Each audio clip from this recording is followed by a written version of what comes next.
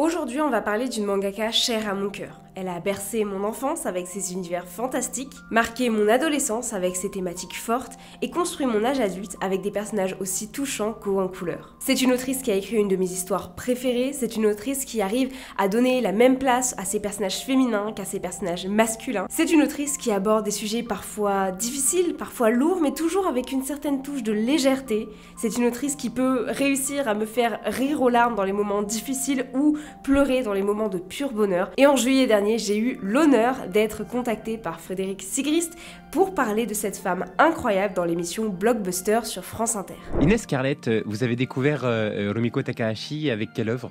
Avec Ranma 1,5, bizarrement malgré mon jeune âge. Mais en fait, c'est vraiment Inuyasha qui m'a fait tomber amoureuse de son univers. Ranma, ça a eu une portée énorme sur moi. C'est un peu le premier manga, ou animé plutôt, où je me suis dit, tiens, ça ne parle pas qu'aux filles ou que aux garçons. Il n'y a pas ce côté genré en fait. Et puis après, Inuyasha, c'était une aventure incroyable que je suivais et j'ai embarqué ma petite sœur avec. Donc, voilà. Et qu'est-ce qui vous a séduit dans Inuyasha ? C'était le duo de protagonistes, je pense. Le fait d'avoir une fille et un garçon qui tous les deux ont leur place au sein du récit, mais de la même manière, sur un pied d'égalité. Moi, je me suis dit, c'est un truc que j'ai toujours voulu voir, en fait, tout simplement, alors que je le pensais même pas, c'était peut-être un peu inconscient. Et de le voir comme ça est tellement bien traité, avec chacun qui ont à la fois leurs qualités, à la fois leurs défauts. C'était vraiment très plaisant et agréable à suivre, en fait. Bref, vous l'aurez compris, et si vous me connaissez, vous savez déjà de quoi on va parler aujourd'hui. Je vous emmène à travers l'histoire de celle qu'on surnomme la princesse, voire même la reine du manga, Rumiko Takahashi. Je pense qu'il y a quelque chose d'assez circassien en fait dans son œuvre, qui ressemble à un gigantesque Barnum où des personnages assez fous se croisent et s'entrecroisent. Et tout ça participe d'une forme d'espièglerie qu'elle va dérouler, explorer tout le long de son œuvre. Je dirais pas que c'est la colonne vertébrale de son travail, mais c'est vrai que sa qualité d'écriture, sa manière qu'elle a de croquer des personnages hauts en couleur, de leur donner une sorte de superficialité et en même temps de profondeur, je pense que c'est quelque chose d'assez unique dans le manga.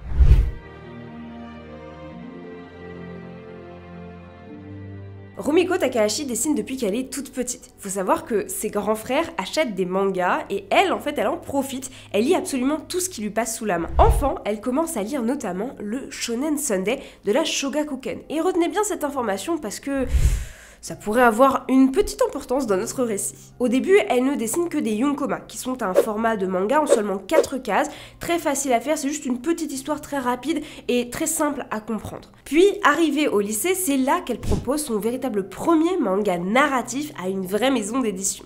Là, on entre dans le vif du sujet. Mais il faut savoir que Rumiko Takahashi, elle est passionnée de dessin, elle est passionnée de manga depuis toute petite et vraiment elle a baigné dedans, comme nous l'explique très bien le journaliste Valentin Paco sur le plateau de Click TV. Quand on voit des photos de son atelier, elle a bien sûr des archives de tout ce qu'elle a fait, mais elle a des bibliothèques sur rail avec des dizaines de milliers de mangas.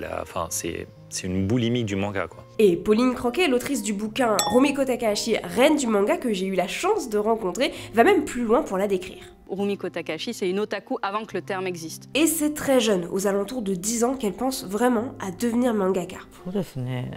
小学校6年生から中学校に上がるぐらいの春休みあたりで初めてそのペンを買って、でその頃ですかね、なりたいなと思ったのは。 Et comme je vous le disais, c'est au lycée qu'elle va commencer à avoir ses premiers contacts concrets en fait avec le milieu du manga, notamment lorsqu'elle rejoint le club de dessinateurs de manga de son école. Rumiko Takahashi, elle est fille de médecin, qui plus est médecin libéral, en plus elle a 2 grands frères, bref, vous comprenez bien qu'elle n'a pas forcément une grosse pression pour reprendre le business familial. Ce qui fait que, en fait, assez jeune, elle prend conscience qu'elle a une certaine liberté pour choisir son futur métier, pour choisir ce qu'elle va faire plus tard tout simplement.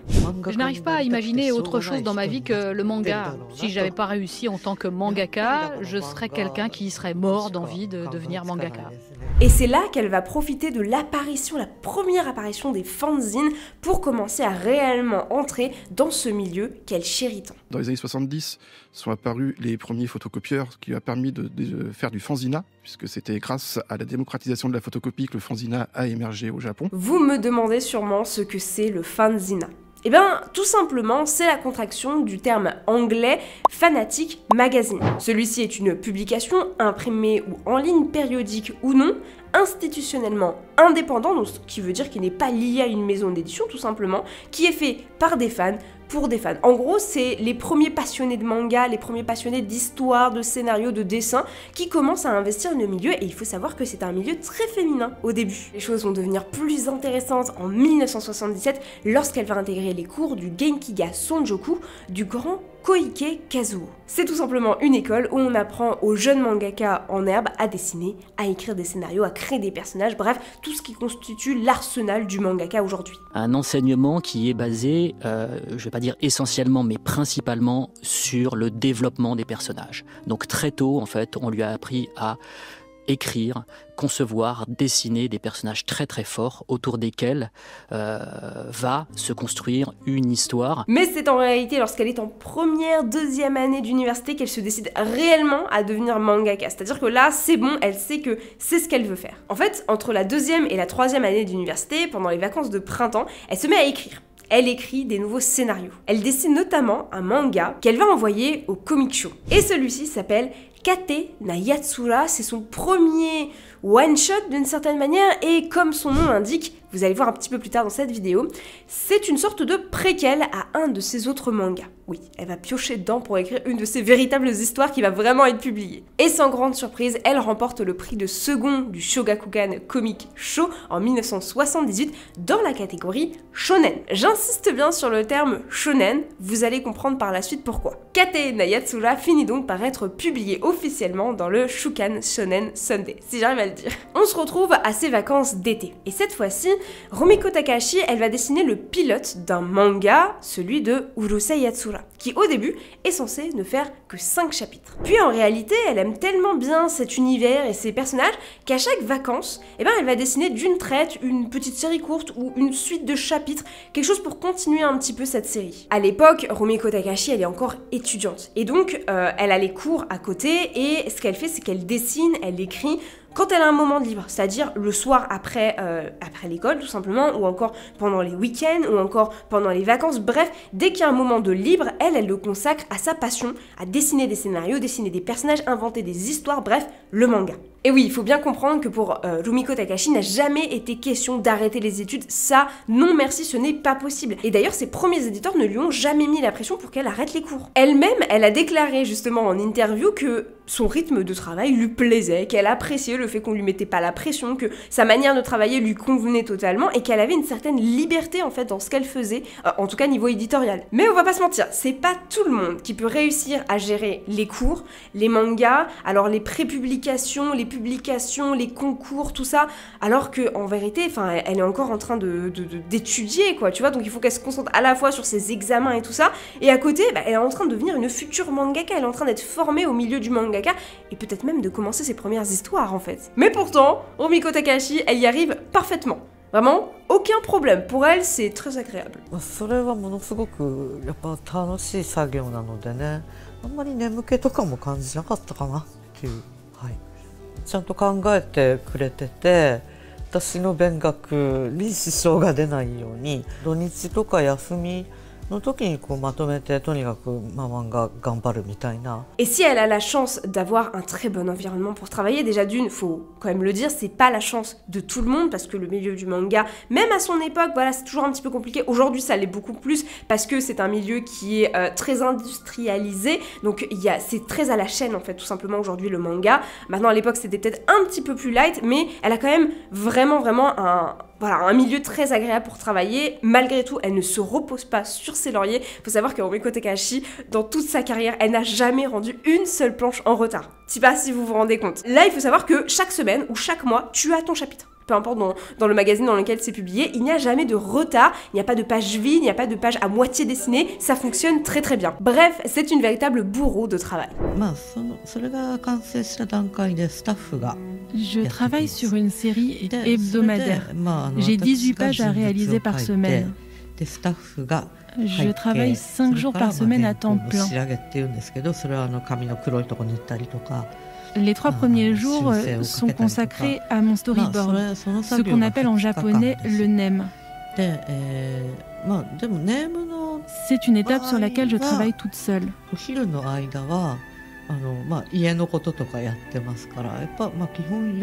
En général, dans la journée, je m'occupe de ma maison. Puis, je réfléchis à mon découpage que je fais au fur et à mesure. Et je travaille souvent la nuit dessus. Les 2 jours suivants, je fais venir mes assistants. Et là, on passe à la phase de l'ancrage. Ils m'aident à faire les arrière-plans, les aplats. Moi, je m'occupe essentiellement des personnages. Lorsqu'ils sont à l'atelier, on travaille sur des rythmes très élevés.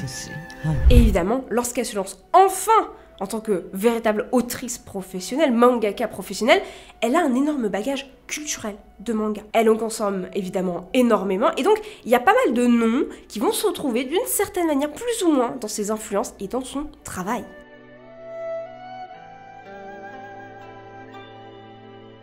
Et parmi ces grands noms, on retrouve évidemment Fujio Akatsuka, Fujio Fujiko ou encore Osamu Tezuka. Ce sont évidemment les premiers mangas qu'elle commence à lire. Elle imitait souvent ces auteurs qu'elle adorait, qu'elle admirait tant, et on retrouve d'ailleurs ces références dans son travail, dans son dessin, avec notamment les personnages de Osomatsu-kun ou encore de Doraemon. Et en plus d'avoir des références de fous furieux, il faut savoir que Rumiko Takahashi, elle étudie et elle travaille avec les meilleurs. Notamment, je vous ai parlé des cours du Genkiga Sonjoku, si j'arrive à le dire, l'idée par un certain Kazuo Koike, le scénariste de Lone Wolf and Cub par exemple, ou encore de Lady Snowblood, mais juste arrêtons-nous 2 secondes sur l'importance en fait de ce personnage. Puisqu'il a travaillé à former le grand Tetsuo Hara, l'auteur de Hokuto no Ken, ou encore Keisuke Itagaki qui a écrit Baki, et pour sortir 2 secondes du jeu vidéo, il a également travaillé à former Yuji Horii, celui qui a créé les jeux Dragon Quest. Voilà. Bref, Rumiko Takahashi, elle sait très bien s'entourer et elle travaille avec, j'ai envie de dire, le plus grand nom du scénario, en tout cas du manga, mais de manière générale, il a une portée énorme, quoi. Et parmi tous les auteurs dont elle s'inspire, il y a certains noms qui reviennent beaucoup plus souvent, notamment le nom de Ikegami ainsi que Shinji Mizushima. C'est dans les pages du Shonen Sunday qu'elle découvre Mizushima à l'âge de 10 ans. Et c'est justement dans ces années-là, dans les années 1960, que celui-ci opère une sorte de spécialisation dans les mangas de sport, qui plus est manga de baseball. Et je ne pense pas trop prendre de risques en émettant l'hypothèse qu'un autre grand nom de la comédie romantique, Mitsuru Adachi, dont on va parler un petit peu plus tard, s'est aussi également inspiré de cet homme, notamment les mangas de baseball. Voilà. Quand j'ai vu les images, je me suis dit waouh, ça fait très Adachi, tu vois. Et puis très vite, Rumiko Takahashi commence à se procurer le magazine Garo, qui, on va pas se mentir, à l'époque n'est pas du tout de son âge, puisqu'il s'adresse plutôt à un public un peu plus âgé, un peu plus adulte, un peu plus mature. On a certaines séries qui vont être un peu sombres, voire violentes parfois, tu vois. Mais c'est là qu'elle découvre Ryoichi Ikegami. ですから耳鼻科の待合室であったんですよ、ガロが。でそれをパラパラっとめくって池上先生の漫画がすごいって思って。 Donc son dessin s'inspire de celui de Ryoichi Ikegami, bien sûr, même si elle explique que aujourd'hui son dessin à elle n'a rien à voir, voilà, c'est quand même assez différent, mais le trait de Ikegami la fascine, ses dessins, la manière de dessiner les corps, notamment le corps de la femme, ses histoires parfois peut-être un petit peu absurdes, voilà, elle va vraiment piocher en fait dans le style de Ikegami pour s'inspirer elle-même et pour dessiner elle-même. それは本当に絵柄は池上先生を目指して全然違うんですけど、でもまあそういう感じの絵で描いてましたね。 Et à chaque fois qu'elle doit parler de ses inspirations et de ses influences, il y a vraiment un nom qui ressort le plus, c'est celui de Ikegami. C'est vraiment un peu son mentor en fait, puisque elle le cite absolument pour tout. Dans le Garo, elle va également découvrir le travail de Yoshiharu Tsuge, qui va l'inspirer au même titre que Mizushima bien sûr. Et si ces quelques noms ne vous parlaient pas jusque-là, je suis sûre que celui de Go Nagai, lui, vous parlera, puisqu'elle évoque Go Nagai pour son style très particulier qu'il arrive à garder autant dans ses mangas et ses récits comiques qu'autant dans ses mangas et ses récits sombres en fait. Et ça, c'est une qualité que Rumiko Takahashi, elle admire beaucoup. En fait, elle veut trouver son propre style à elle également, et elle aimerait en fait que quand elle écrive ses histoires et voilà ses récits, qu'on la reconnaisse pour ça. Peu importe le sujet, peu importe si c'est de la comédie, de la romance, de la fantasy, de l'horreur, ce que tu veux. Elle veut vraiment son style ressorte et qu'on comprenne que c'est elle, simplement avec son dessin, simplement avec voilà, sa manière d'écrire, etc. et de décrire ses personnages. Et je sais pas vous, mais moi j'estime que c'est totalement réussi. Quand tu vois du Rumiko Takahashi, tu sais que c'est du Rumiko Takahashi. Et même si on la connaît quand même majoritairement pour ses comédies romantiques, une de ses plus grosses influences est Shigeru Mizuki. Il est tout simplement un des pères fondateurs du manga d'horreur. Alors oui, c'est vrai, il est plutôt spécialisé dans tout ce qui est histoire de fantômes, histoire de petites créatures un peu mystiques, il parle beaucoup de Tengu, de Kappa, enfin voilà, des créatures un peu folkloriques japonaises, et c'est ça en fait qu'elle adore, Rumiko Takahashi. Elle a toute sa bibliographie, et c'est justement là où elle a pioché un petit peu son inspiration pour écrire Inuyasha un peu plus tard. Elle évoque aussi un profond respect et une grande admiration pour l'auteur de Ashita no Juma. ただ本当にその千葉先生の漫画っていうのはね、もう色あせない。子供の頃読んでもすごいと思ったけど、大人になってから読んでもやっぱりすごいっていうね。それは本当にその千葉先生の作家としての凄さっていうんですかね。それはつくづくもうだから。Et je vous l'avais teasé un petit peu plus tôt. À travers tous ces noms, toutes ces références, à tous ces grands auteurs, il y a un nom qui ressort parmi tout ça comme étant son rival ultime. Et c'est évidemment Mitsuru Adachi, l'auteur de Mix ou encore de Touch, qui est connu évidemment également pour ses comédies romantiques qui ont connu évidemment un grand succès également. D'ailleurs, pour l'anecdote, ils ont collaboré sur un one-shot appelé My Sweet Sunday en mars 2009, donc entre guillemets c'est assez récent. Et en fait, ça dépeint bien toute cette rivalité constante entre les deux, mais il y a aussi une profonde amitié, je trouve. Et qui de mieux que Valentin Paco pour en parler? Cette rivalité qu'elle avait avec Adachi font que quand l'un se disait que je ralentis la cadence, il dit ah bah non, l'autre arrive à le faire, ils se sont automotivés. On a cité évidemment beaucoup d'influences masculines. Et parmi tous ces hommes, il y a aussi des femmes, il y a surtout une femme, elle est une des pionnières du shoujo et récemment on l'a vu en fait réémerger en France grâce à la réédition de certains de ses titres, à la mise en avant par certains éditeurs tout simplement et grâce à sa venue à Angoulême cette année. Et puis elle découvre aussi un peu plus tard quand elle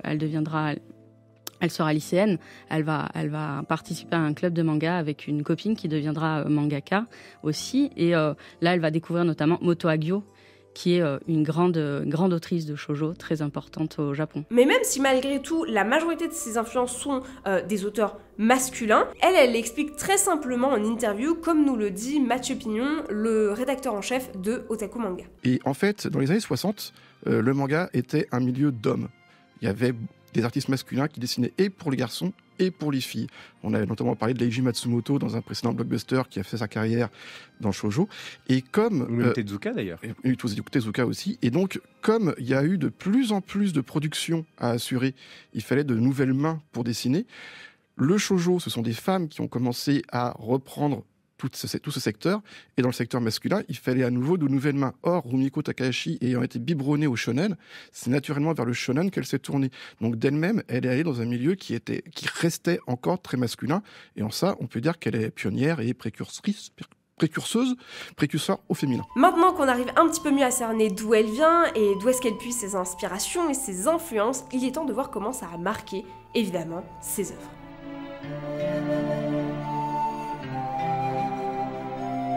Nous sommes en 1978 et Rumiko Takahashi est en train de finir ses études. Elle y est encore et c'est à ce moment-là que commence la publication devenue récurrente de Urusei Yatsura dans le Weekly Shonen Sunday. L'Amu, en français, s'inscrit dans la continuité de Kate na Yatsura, son premier one-shot dont on parlait tout à l'heure. Et pour l'anecdote, lorsqu'elle participait au cours de Koike, un des exercices les plus récurrents qui revenait très souvent en fait, c'était de créer des scénarios, créer des nouvelles histoires, des nouvelles intrigues, etc. Et en fait, au fur et à mesure, elle les accumulait et elle est partie piocher dedans pour écrire la suite, ou en tout cas ce qu'est aujourd'hui Urusei Yatsura. 2 ans plus tard, en 1980, elle sort enfin diplômée de l'université, ça y est, c'est fini les études, et à ce moment-là, Urusei Yatsura devient un énorme carton, un énorme succès. Pour la parenthèse, il faut savoir que vraiment les œuvres de Rumiko Takahashi deviennent extrêmement vite, très rapidement, dès le début, des francs succès, notamment au Japon, où là-bas, elle est déjà, en 1980, considérée comme la queen, en fait, tu vois. Ses œuvres ont un public très assidu, ils adorent ce qu'elle fait, ils le suivent assidûment, et elle reçoit beaucoup de courriers de fans aussi, ça c'était très intéressant de le voir, qui lui disent voilà, j'adore ce personnage, faites revenir celui-ci, on veut le revoir, nanana. Et en fait, elle lit ce courrier et parfois elle s'adapte un petit peu, parfois elle est en mode bon, c'est vrai que ce personnage il est beaucoup réclamé par la communauté d'une certaine manière, donc pourquoi pas le faire revenir, etc. etc. もともとそのうるせえやつらでも SF の方をやりたかったんで、その SF ドタバタコメディみたいなのがやりたかったんですけど、その読者の手紙とかを見ていると、そっちの人間関係の方をよりその楽しみに見てんだなっていうのが分かったもんですから、じゃあそれはぜひ取り入れましょうっていうことになって。Mais 1980 devrait également vous parler comme étant le début de la publication de Maison Ikoku. À ce moment-là d'ailleurs, Adachi commence en parallèle de Touch une nouvelle série. Et elle se dit en fait tout bêtement, bon, moi j'ai plus mes études, si lui il peut le faire, je peux le faire également. Et c'est un petit peu comme ça, vous voyez ce que je vous disais, la rivalité constante entre les deux, mais aussi une belle amitié quand même, c'est que tous les deux se motivent, ils sont moteurs l'un de l'autre, et quand il y en a un qui a plus la motive ou qui se dit oh j'ai un peu une baisse de régime, bah l'autre va dire bah non c'est pas le moment, là il faut que tu lances un truc, il faut que tu fasses quelque chose. En fait petit à petit ils remontent le niveau tous les deux tout simplement. Et donc en 1980 commence donc Maison Ikoku qui s'adresse à un public un peu plus âgé que Urusei Yatsura. Mais qu'est-ce que ça signifie réellement qu'elle fasse deux œuvres en parallèle? Urusei Yatsura et Maison Ikoku ont été publiées simultanément. C'est-à-dire que chaque semaine, elle rendait un chapitre d'Urusei Yatsura et chaque mois, elle rendait un chapitre de Maison Ikoku en même temps au début des années 80 alors qu'elle avait 25 ans. Donc c'est vous dire à quel point c'est un facteur à prendre en compte. Cette fois-ci, c'est totalement différent de ce qu'elle a pu faire par le passé. Maison Ikoku est un seinen publié dans le Big Comic Spirit. Et ici, elle avait envie vraiment de se concentrer sur les personnages. Elle explique qu'elle crée des personnages qui n'ont pas de modèle, des personnages créés de toutes pièces, qu'elle a inventés de toutes pièces. Elle aime créer des relations parfois ambiguës, parfois bizarres entre eux. Elle aime créer des quiproquos. Elle aime créer des situations qui va les mettre dans des positions difficiles. Bref, elle se concentre vraiment sur ses personnages et elle veut tout leur donner d'une certaine manière. Elle prend réellement un malin plaisir à imaginer ce que leur vie doit ressembler, puisque évidemment Maison Ikoku c'est pas des jeunes et des moins jeunes qui vivent dans une pension ensemble. En fait, c'est comme s'ils cohabitaient d'une certaine manière. Et elle met un point d'honneur à imaginer des choses complètement farfelues, excentriques, qui pourraient se passer quand même, tu vois, qu'elle se dit, ça pourrait arriver dans la vraie vie, tu vois. Elle, le personnage qu'elle adore évidemment, c'est Kyoko Otonashi, qui est la protagoniste de ce manga bien sûr, et elle dépeint une fille en fait idéale. Tu vois, c'est la fille, elle est belle, elle est magnifique, elle est intelligente, voilà, elle est bien éduquée, mais elle a des défauts. Elle est parfois colérique, elle est parfois jalouse, elle est parfois relou tout simplement. Elle est capricieuse, mais elle est tout aussi touchante. Et elle est touchante aussi parce que c'est une veuve. Prendre le parti pris en fait de mettre au sein de son récit et en tant que protagoniste principale une veuve, une femme qui a perdu son mari et qui doit se reconstruire derrière, c'est pas facile, c'est pas attendu non plus, tu vois. Mais elle explique, Rumiko Takahashi, elle explique que tout simplement ça lui permettait en fait d'utiliser ça comme prétexte pour créer des rebondissements dramatiques. Voilà, elle ce qu'elle veut, c'est mettre dans la merde ses personnages, c'est créer des situations, enfin voilà, tous plus bizarres que les unes que les autres, et elle a envie vraiment de créer des moments rocambolesques, des moments farfelus, et c'est vraiment ça le cœur du récit dans Maison Ikoku. J'ai trouvé l'anecdote intéressante, donc je vous la mets ici. Il se trouve que Junji Ito, dans la préface de Tomie, explique qu'il s'est probablement inspiré de Rumiko Takahashi et de son personnage de Kyoko Otonashi dans Maison Ikoku. Je vous lis ce qu'il écrit. Aujourd'hui, je me demande si la principale inspiration pour le personnage de Tomie ne serait pas le personnage de Kyoko Otonashi de Rumiko Takahashi dans Maison Ikoku. Avant cette œuvre, les héroïnes de manga étaient des protagonistes idéalisés du point de vue masculin, des figures maternelles, compréhensives et tolérantes, des êtres qui endurent avec silence. Mais Kyoko Otonashi incarnait un modèle féminin parfois colérique ou même jaloux, une femme réaliste et pleine de vie en somme. Et c'était une vraie bouffée d'air frais. À cette époque, je n'étais pas encore mangaka, mais je dessinais en amateur. Et c'est ce personnage qui m'a donné envie de passer à des protagonistes aussi vivantes qu'elle, plutôt que de représenter des femmes idéalisées. Même si contrairement à Kyoko Otonashi, Tomie incarne plutôt le mal.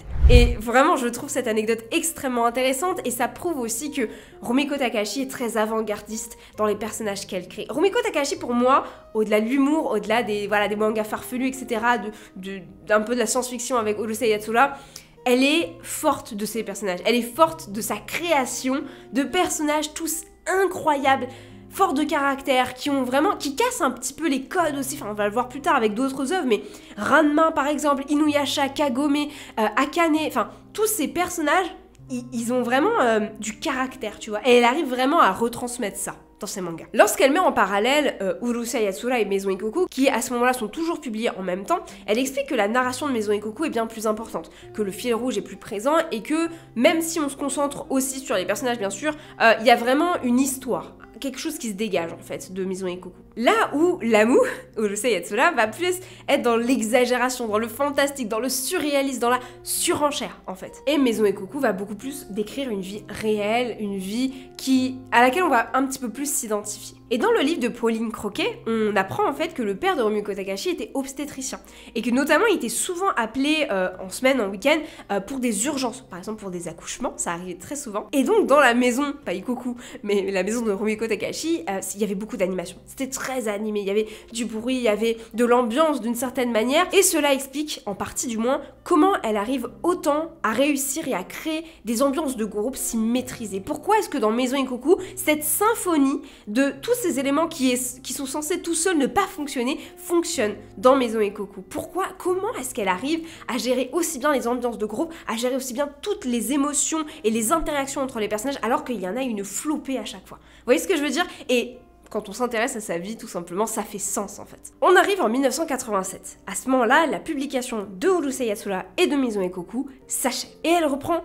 tout de suite le flambeau avec une nouvelle série, j'ai nommé Ranma 1/2. Ici, elle voulait faire un manga dans une école. Oui, après les extraterrestres, après la pension des mimosas, elle veut faire un school life. Mais pas n'importe quel school life, puisqu'elle veut y ajouter de l'action.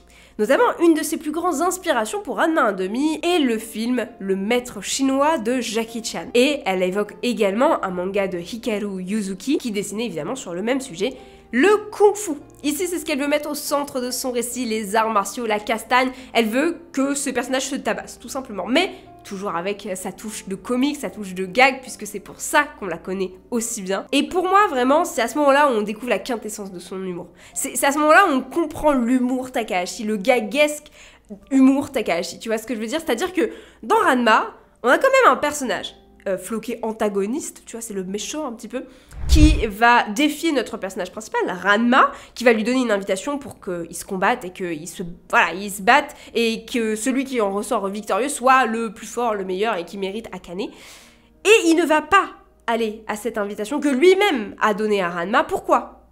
Car il s'est perdu. Ouais, il n'a pas trouvé son chemin, du coup, il pouvait pas... Voilà. Vous voyez ce que je veux dire? Enfin, je veux dire, c'est ce genre de gag, c'est ce genre de situation, mais inattendu, que tu dis, mais c'est pas possible, il est con, quoi. Tu vois? En fait, tu peux presque sentir les personnages exister. C'est ça vraiment le truc. Et pour moi, ça représente vraiment le travail de Rumiko Takahashi, du moins en partie, on va pas se mentir, parce qu'il y a tellement d'autres choses, mais ça fait partie intégrante de la recette Rumiko Takahashi. Et puis, Ranma 1/2, ça a été aussi un tournant dans sa carrière, ne serait-ce que pour sa portée internationale, puisque en France, on connaît énormément, alors Juliette Je t'aime avec Maison Ikkoku du coup, mais également Ranma 1/2, qui a été popularisé par le Club Dorothée, mais concentrons-nous 2 secondes sur ce que c'est Ranma 1/2. Ranma 1/2, c'est un jeune homme qui, à la suite d'un voyage pour se renforcer en arts martiaux, tombe dans une source mystique, lui et son père, et qui va se transformer en fille. Et qui, toute sa vie, va continuer à balancer entre être une fille, être un homme, au contact de l'eau chaude et de l'eau froide. Si on transpose ça à la réalité, c'est évidemment une question de genre. On est en 87-90. C'est pas du tout une question qui est mise en avant, c'est pas du tout une question à laquelle on pense, ne serait-ce, tu vois, à cette époque. Et encore une fois, ça prouve à quel point Rumiko Takahashi est une avant-gardiste. Et aujourd'hui, ces mangas ont une autre portée, ont une autre symbolique, résonnent différemment au vu du contexte de notre société actuelle. Et ce qui est sûr, c'est que Rumiko Takahashi, elle s'amuse à dessiner Ranma. Elle s'amuse à créer ses personnages, elle s'amuse à dessiner ces situations plus farfelues les unes que les autres.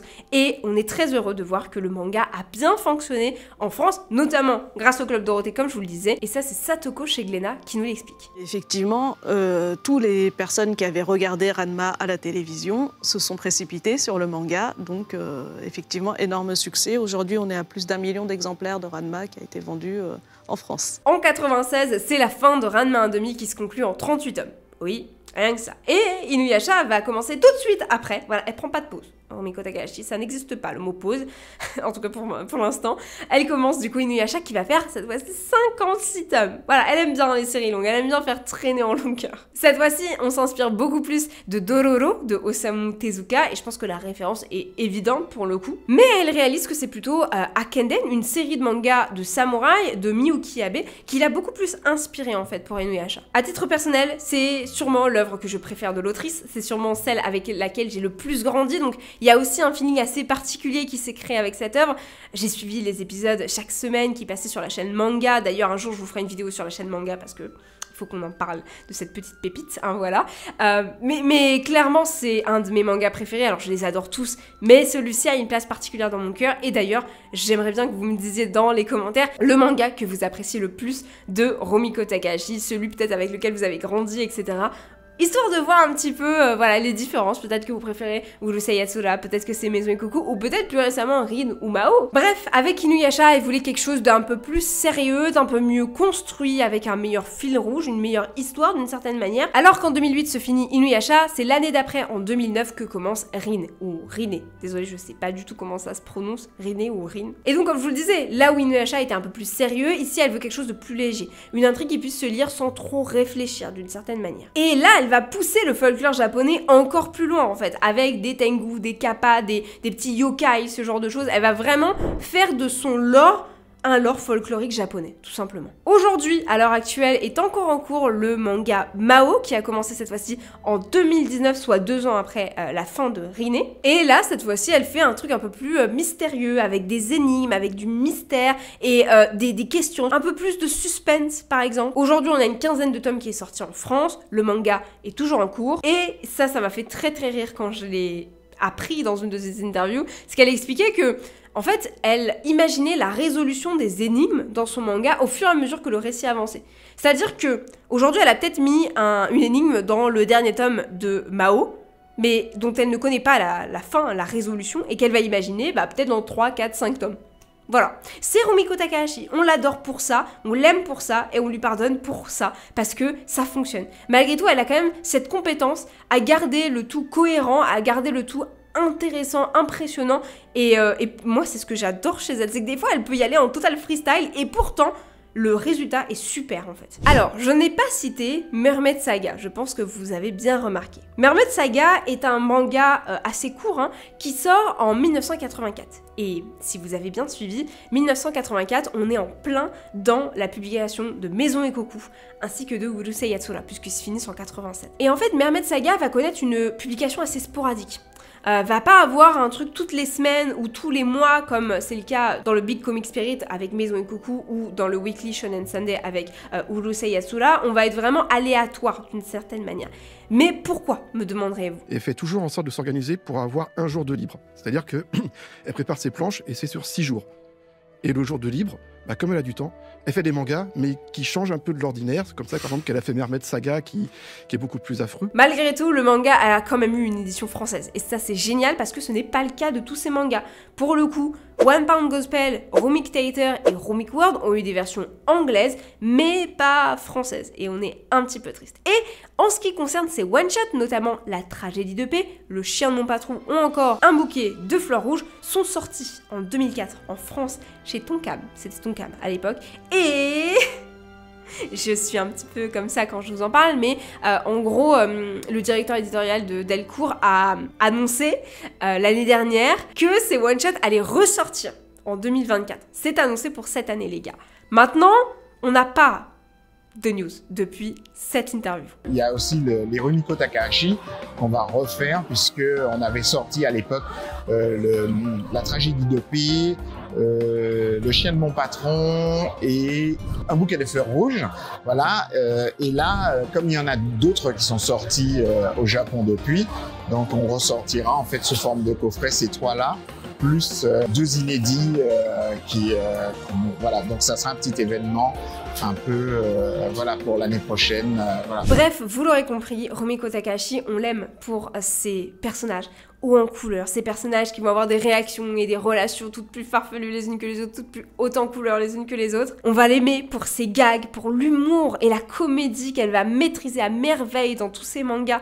Tous vont au moins nous faire sourire à chaque page, voilà. Et dans ces personnages, il y a presque quelque chose d'envoûtant, parce que Rumiko Takahashi dessine des personnages et des protagonistes qui sont beaux. On est un peu dans une sorte de fanservice, alors je mets des gimmicks, c'est pas du fanservice à proprement parler, mais elle va toujours mettre un point d'honneur à créer des beaux personnages, tout simplement. Par exemple, moi, l'exemple que j'aime le plus, c'est Inuyasha. Inuyasha qui a cette silhouette mi-démon, mi-humain, qui va évidemment changer un petit peu de style.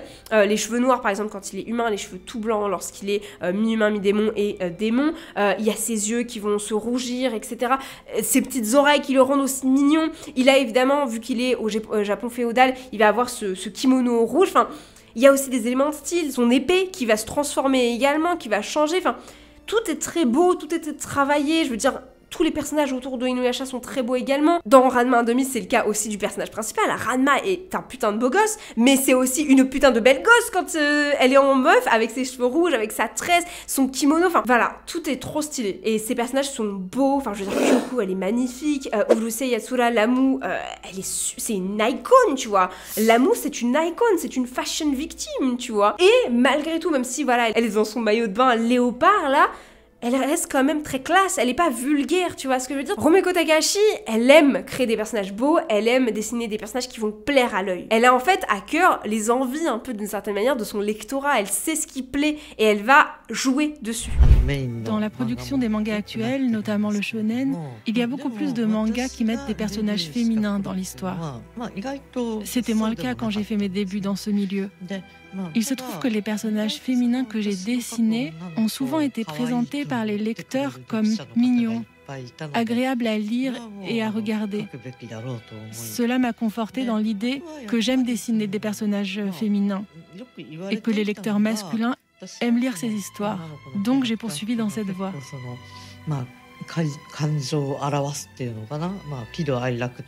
C'est vrai que les personnages féminins que je faisais moi exprimaient de manière assez franche et ouverte leurs sentiments et leurs humeurs, avec une volonté assez tenace.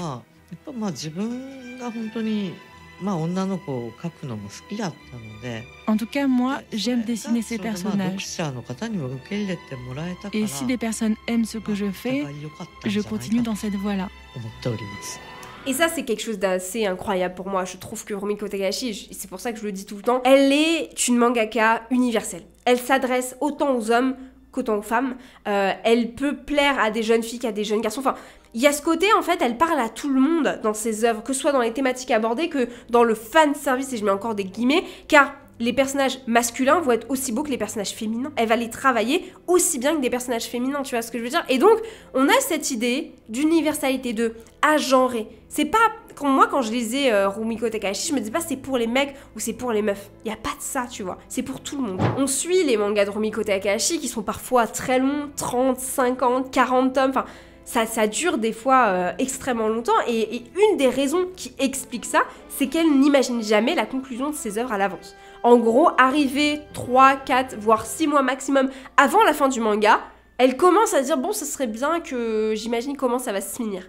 Mais pas avant, tu vois. Il y a certains mangas pour lesquels c'est plus évident. Par exemple, Maison Ikoku, tu sais très bien comment ça va se finir, tu vois. Inuyasha, je me demande, tu vois, si elle s'était pas dit... je vais attendre, tu vois, je vais continuer d'avancer dans mon histoire et attendre. Et bizarrement, elle arrive quand même à maîtriser son récit, elle arrive quand même à dépeindre quelque chose d'intéressant, à dépeindre quelque chose de prenant, tu vois, ça te prend au trip quand même. Et tu sens pas, en fait, en lisant ces mangas que c'est bizarre, là c'est pas cohérent. Non, elle arrive vraiment à maintenir quelque chose de cohérent dans toutes ses œuvres. Donc, vous l'aurez compris, il y a donc une recette, Rumiko Takahashi. Je pense qu'on peut le dire. Et qui plus est, Rumiko Takahashi elle-même le dit, elle aime donner des défauts à ses personnages. Donc à chaque fois, c'est vraiment une galerie de bras cassés.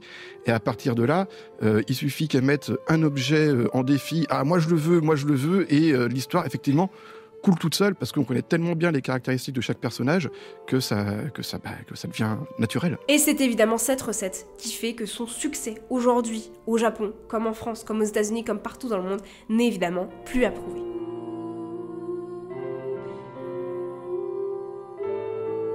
Rumiko Takahashi est une des artistes les plus reconnues dans le manga, dans le genre comédie romantique, qui plus est dans le shonen, ce qui ne lui a pas toujours été destiné. Rumiko Takahashi, encore une fois, elle le dit, ça s'est bien passé, elle n'a pas eu d'énormes difficultés à pouvoir le faire, mais c'est une des pionnières en fait, en tant que dessinatrice, femme, qui fait du shonen.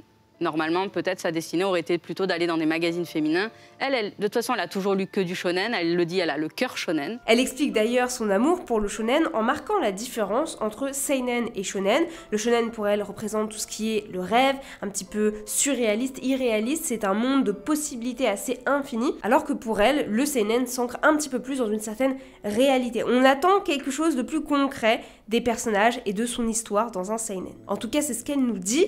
Et ça me donne des idées pour vous faire une potentielle vidéo au sujet des cibles éditoriales. On en reparle bientôt, vous inquiétez pas. Et le fait qu'elle ait gardé son véritable prénom et nom, Rumiko Takahashi, n'est pas non plus anodin. Et elle a gardé son nom en plus. Rumiko Takahashi, qui est un prénom très féminin, alors que beaucoup de mangaka féminins qui font du shonen prennent, même aujourd'hui, continuent à prendre des pseudos un peu masculins. Elle est d'ailleurs une des rares mangaka à recevoir le Grand Prix d'Angoulême en 2019. Et elle est également une des dessinatrices, si ce n'est la dessinatrice la plus prolifique et la plus fortunée du Japon. C'est-à-dire qu'elle a quand même vendu 200 millions d'exemplaires, et rares sont les mangaka à pouvoir se targuer d'un tel chiffre. Et surtout, elle a une durée de vie qui est assez exceptionnelle. En règle générale, les mangaka font faire un grand hit dans leur carrière, et après ils vont faire des titres qui vont plus ou moins bien marcher. Certains vont pousser le vice à avoir 2 séries qui vont être pas mal, voire 3.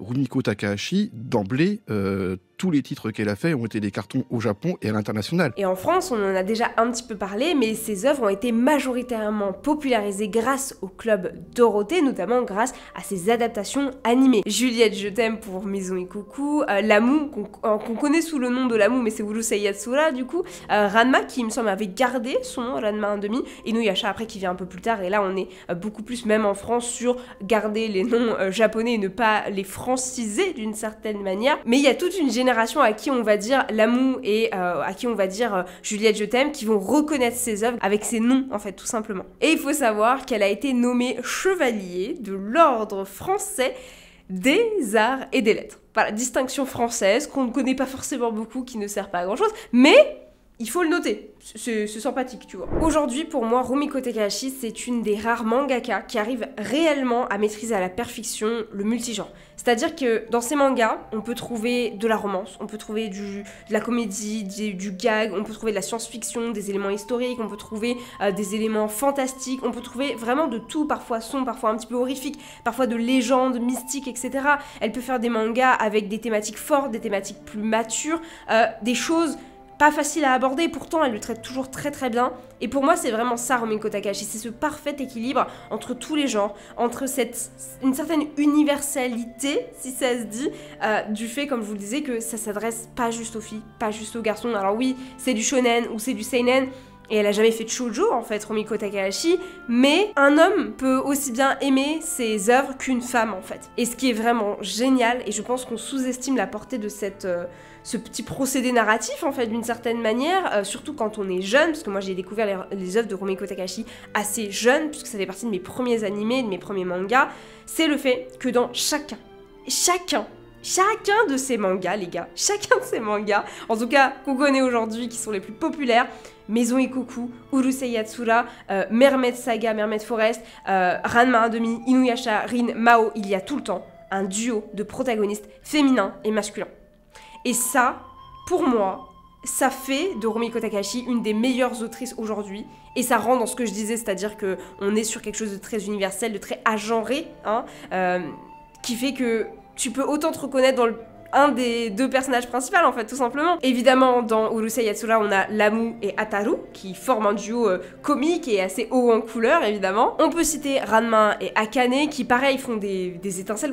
En termes de duo, c'est mon préféré de Rumiko Takahashi, mais il y a évidemment aussi Inuyasha et Kagome que j'adore, mais d'amour, vraiment je les adore ces deux-là. Mais c'est vrai qu'on voit quand même quelque chose qui se dégage de tous ces duos, c'est-à-dire que c'est tout le temps des duos un petit peu qui vont, tu sais, un peu comme un chat et un chien, tu vois, ils vont tout le temps se chercher, tout le temps je t'aime moi non plus. Tu vois, c'est vraiment cette idée-là de tout n'est pas si facile, tu vois. On s'apprécie, on sait, tout le monde le sait qu'on s'apprécie, mais bon, des fois, on n'a pas envie de montrer qu'on apprécie l'autre, tu vois. Et ça, j'aime beaucoup trop. C'est un ressort qu'elle utilise souvent, mais j'apprécie, tu vois. Après, dans ses derniers mangas notamment, enfin, dans les mangas par la suite qu'elle a fait, Rin et Mao, on a par exemple Nanoka et Mao, et Sakura et Rin, si je dis pas de bêtises, qui sont un petit peu moins dans le cliché, je trouve, mais on a toujours cette essence un petit peu, voilà, ils se bataillent comme chien et chat, mais on est sur quelque chose d'un petit peu plus moderne, je dirais, peut-être un peu plus dans l'air du temps aussi, parce que Rumiko Takahashi, c'est une autrice qui s'adapte à son temps, même si elle est en avance sur son temps avec Maison Ikoku, avec Urusei Yatsura, avec Ranma 1/2, c'est quand même une femme qui est très actuelle et qui continue d'écrire aujourd'hui des histoires, et donc forcément, Mao en ce moment, il y a des choses un petit peu plus actuelles, un peu plus modernes, même si elle aime beaucoup s'ancrer dans le folklore japonais et qu'elle réutilise tout le temps ce folklore japonais, ces petits mystères, ces petites légendes, etc. qu'elle adore, qu'on retrouve énormément. Mais voilà. Bref, Rumiko Takahashi, c'est juste la queen, tu vois. Voilà pourquoi Rumiko Takahashi, c'est la queen. Et c'est vrai, on va pas se mentir, il y a certains de ces mangas qui commencent à se faire bien vieux. Enfin, voilà, vous avez vu un petit peu sa bibliographie, toutes ses œuvres. Pour le jeune public actuel, c'est pas du tout facile de découvrir les œuvres de Rumiko Takahashi, mais comme je vous disais, ça reste une mangaka très actuelle, et il y a un exemple parfait pour ça.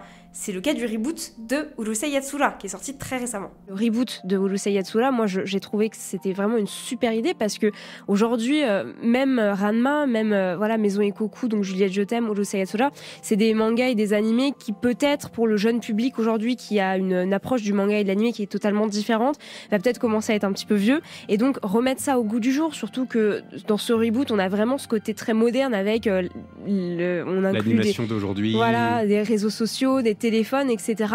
Et c'est vraiment une chose qui a fait que je pense on va faire perdurer en fait les œuvres de Rumiko Takahashi. Donc, si vous ne connaissez pas Rumiko Takahashi, je vous conseille, pourquoi pas, si vous avez envie de regarder quelque chose qui va un petit peu plus vous parler, si vous faites partie de cette génération aussi de gens qui n'ont pas forcément grandi avec ses œuvres, qui ne connaissent pas forcément son travail, peut-être que Urusei Yatsura et son reboot est une bonne porte d'entrée en fait pour vous. Ça peut être intéressant de commencer par là. Moi, je sais que mon chéri, il a regardé un petit peu avec moi, il avait beaucoup accroché. Maintenant, voilà, je sais que c'est quand même des mangas qui sont un peu à l'ancienne, c'est de l'humour à l'ancienne, même le dessin est un peu à l'ancienne, mais ça a tellement de charme. Franchement, ça a tellement de charme, les gars. Je vous jure, s'il vous plaît, donnez-lui une chance. Et voilà, c'était ma manière de faire de la propagande pour Rumiko Takahashi, je pense qu'elle le mérite totalement. Et voilà, ça y est, c'est tout pour moi, pour cette vidéo hommage à Rumiko Takahashi, qui est... Alors voilà, c'est toujours un petit peu la même question, c'est est-ce que c'est ma mangaka préférée? Alors en termes de femme, oui, c'est ma mangaka préférée, parce qu'après, il y a Hiro Mashima, sinon, et ce serait très très... Je pense qu'un jour, je vous ferai une vidéo où je vous parlerai de pourquoi les deux, je les aime autant, mais dans le sens où j'estime qu'il y a tellement de choses que Hiro Mashima a récupéré de Rumiko Takahashi. C'est pour une autre vidéo, peut-être un jour, je ne sais pas, mais là, maintenant, tout de suite, j'ai envie de vous dire juste... Donnez-lui une chance. Vous avez tellement de ports d'entrée possibles. En plus, il va y avoir des rééditions, j'espère, Delcourt, s'il vous plaît, rééditer ces one-shots qui vont être peut-être plus accessibles. Il y a aussi des mangas un peu plus courts, même si c'est vrai qu'elle adore faire des mangas longs. Mais tout ça pour vous dire que Rumiko Takahashi, c'est une femme incroyable. C'est une mangaka. Alors, comme elle disait, c'est le produit de son temps. Elle est un petit peu dans les normes de son temps. Mais malgré tout, elle a réussi à tellement dépasser ça. Aujourd'hui, elle a une portée qui est internationale. Tout le monde connaît Rumiko Takahashi. Tout le monde a au moins entendu parler de Maison Ikoku, de Urusei Yatsura. Tout le monde connaît les visages, les chara-design de Rumiko Takahashi parce que c'est culte. C'est culte. Pour moi, aujourd'hui, Rumiko Takahashi est une autrice culte, est une mangaka que tu dois découvrir si tu t'intéresses à l'histoire du manga, si tu t'intéresses à cette... Il y a aussi le fait qu'elle arrive dans une période d'âge d'or aussi du manga, tu vois, et qu'elle a contribué surtout à cet âge d'or. Et voilà, c'était ma manière de lui rendre hommage, c'était ma manière de vous parler de mon amour pour cette femme, ce qui n'est sûrement pas fini puisqu'il y a tellement d'autres vidéos que j'ai envie de lui consacrer. C'est-à-dire qu'aujourd'hui, moi, j'ai lu la base, tu vois, je connais Urusei Yatsura, j'ai lu Maison Ikoku, je lis Ranma 1/2, j'ai regardé Ranma 1/2, j'ai grandi avec Inuyasha, aujourd'hui je lis Mao, je découvre Rin, par exemple voilà Mermaid Saga qui est dans ma bibliothèque quelque part, je ne sais pas où, ah voilà là-bas, vous voyez là, c'est le atome sur Rumiko Takahashi, C'est le seul atome que j'ai, c'est le Rumiko Takahashi. Voilà, c'est vraiment son truc. Et voilà, petit à petit, j'ai encore plein de trucs à découvrir. Je sais qu'il y a plein de choses qui sont pas éditées en France, que j'aimerais aussi voilà, lire tout simplement. Et petit à petit, plus je découvre son univers, plus je l'adore. Bref, j'espère que vous avez aimé ce petit reboot de vidéo parce que, comme vous le savez, si vous êtes là depuis longtemps sur la chaîne, cette vidéo est déjà sortie avant que je supprime mes vidéos. Et ça me tenait évidemment très à cœur de la refaire. J'ai envie qu'elle soit sur ma chaîne, j'ai envie que ça soit une vidéo un peu vitrine et que le maximum de gens puissent la regarder. C'est d'utilité publique, regardez cette vidéo. Alors le dire à la fin de la vidéo, c'est pas forcément intelligent, Inès, mais c'est pas grave. J'espère en tout cas que la vidéo vous aura plu, j'attends tous vos retours dans les commentaires. J'espère que vous êtes heureux de revoir cette vidéo avec la Inès actuelle et je vous dis à très vite pour de prochaines vidéos. Voilà, je pense qu'on va rester dans cette lignée des vidéos un peu travaillées et qui me tiennent à cœur et qui me font plaisir. Et là tout de suite, je vais aller jouer au nouveau jeu Fairy Tail. Donc je vous dis à très vite pour de prochaines vidéos. Ciao!